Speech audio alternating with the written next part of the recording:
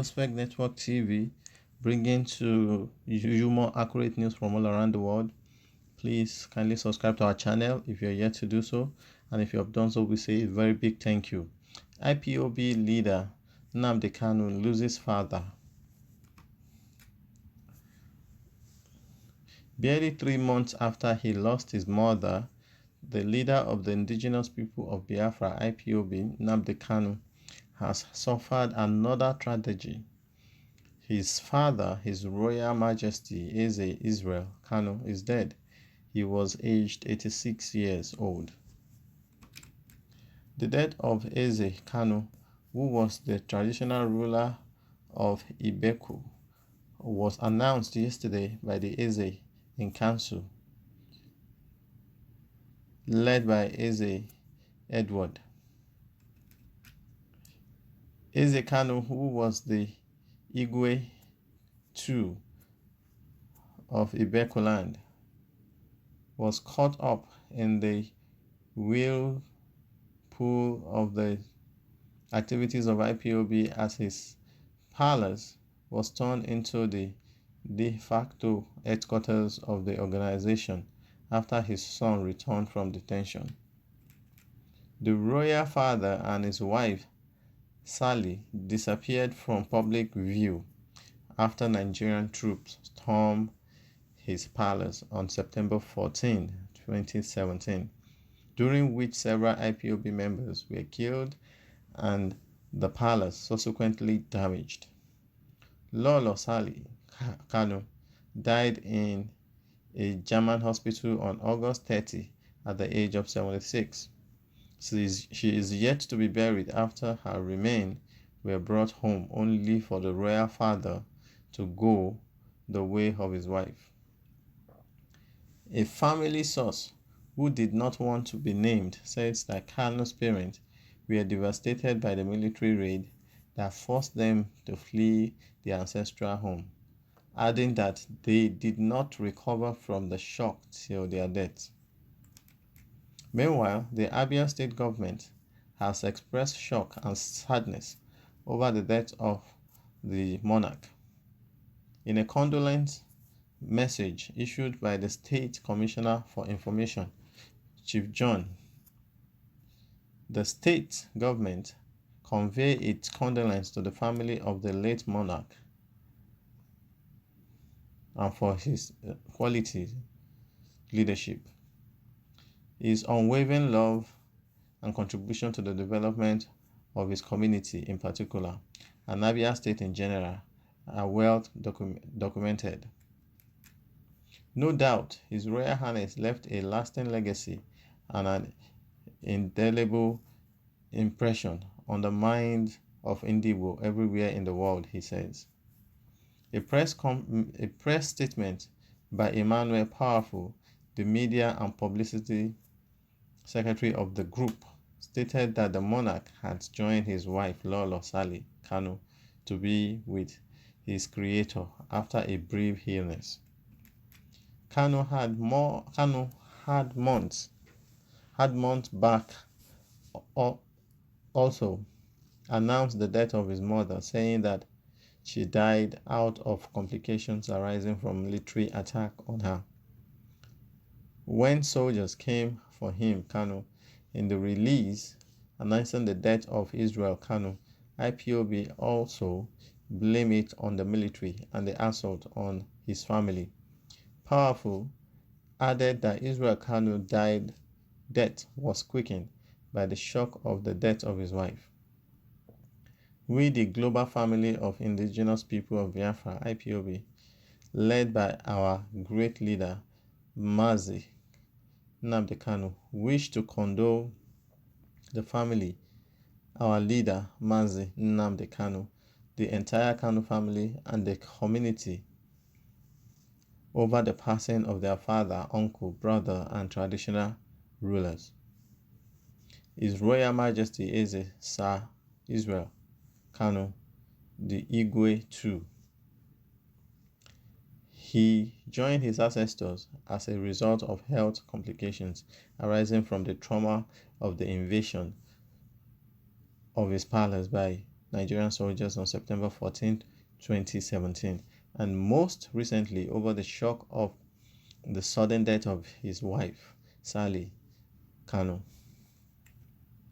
We are left in no doubt the military attack on Israel Kanu and the family by the armed force of the federal government of Nigeria is the primary cause of death of our leader's parents. We confidently state, without fear of contradiction, that our leader, Nnamdi Kanu, have also sacrificed his parents in pursuit of freedom for the people of Biafra. There is no greater act of devotion to a noble cause than this.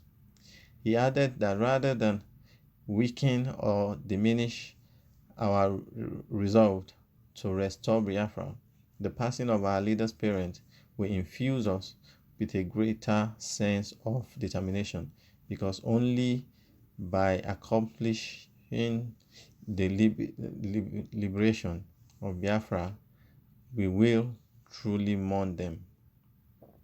We are asking Almighty God to grant the family, friends, lovers of freedom, Eze in council, and entire community the fortitude to bear the great loss and vacuum the passing of His Majesty has created in our midst. This is another